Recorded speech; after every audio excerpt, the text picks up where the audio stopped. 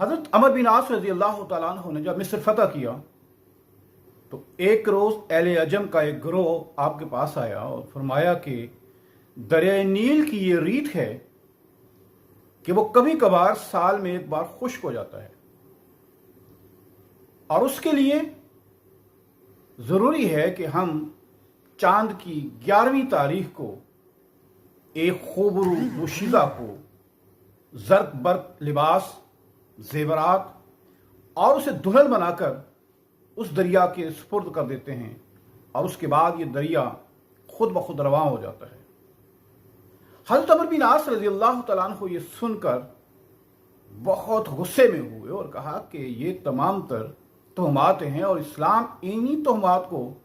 اور انہی لغویات کو ختم کرنے کے لیے آیا ہے۔ لیکن انہوں نے کہا، جناب گورنر، آپ بجا فرماتے ہیں،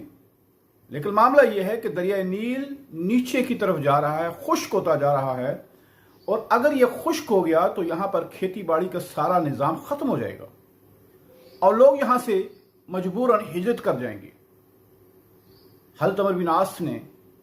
یہ سنا اور انہیں واپس بھیج دیا کہ اسلام اس چیز کی کبھی اجازت نہیں دیتا۔ کچھ دنوں کے بعد پھر وہی وفد آپ رضی اللہ تعالیٰ عنہ کی خدمت میں حاضر ہوا اور کہا کہ جناب گورنر، مصر سے بہت سے لوگ ہجرت کر چکے ہیں اور اندیشہ ہے کہ ایک بہت بڑے قحط کا ہمیں سامنا کرنا پڑے گا، کیونکہ دریائے نیل خشک سے خشک ہوتا جا رہا ہے، کا تمام نظام مفلوج ہو کر رہ گیا ہے اور ہم ایک بڑے قحط کا منتظر ہیں۔ اس صورتحال کو دیکھ کر حضرت عمر بن عاص رضی اللہ تعالیٰ عنہ نے امیر المومنین حضرت عمر فاروق رضی اللہ تعالیٰ عنہ کو خط لکھا کہ یا امیر المومنین، اس وقت میرے ساتھ یہ معاملہ درپیش ہے اور میں اس کا کیا حل کروں۔ میں نے ان کو جواب دیا ہے کہ اسلام ان تمام لغویات اور تہمات کی مخالفت کرتا ہے اور انہی کو مٹانے کے لیے آیا ہے۔ رضی اللہ تعالیٰ عنہ کو یہ خط ملتا ہے تو آپ رضی اللہ تعالیٰ عنہ کا چہرہ مبارک غصے سے سرخ ہو جاتا ہے۔ حضرت عمر بن عاص رضی اللہ تعالیٰ عنہ کو جواب میں لکھتے ہیں کہ اے عمر بن عاص، آپ نے جو کچھ کہا ہے وہ ٹھیک کہا ہے، اسلام اس چیز کی کبھی اجازت نہیں دیتا، اور ایک خط دریائے نیل کی طرف لکھا اور حضرت عمر بن عاص کو یہ تلقین کی کہ یہ خط دریائے نیل کے اندر ڈال دینا۔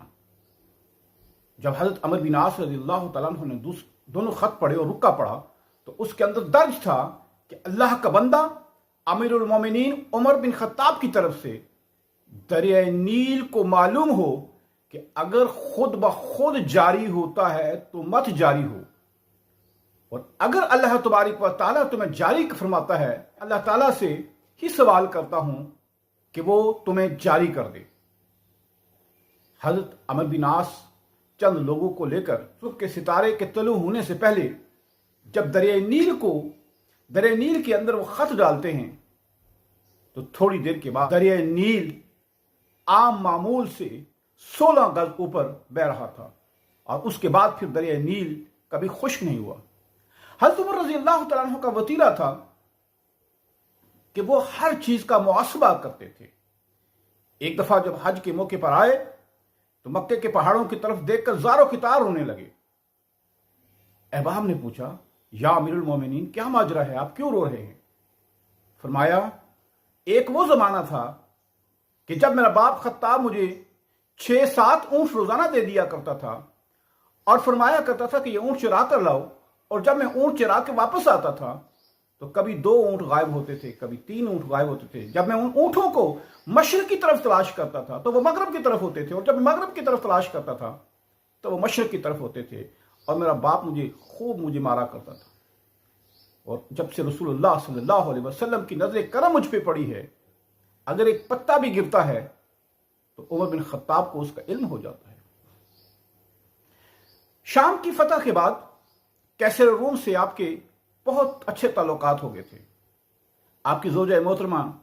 ام کلثوم رضی اللہ تعالیٰ عنہ نے کیسر روم کی بیوی کی طرف کچھ خوشبو کے تحائف بھیجے، اور جب خوشبو کے تحائف اسے ملے تو اس نے جواباً کچھ ہیرے جواہرات اور تحائف اس نے واپس بھیجے۔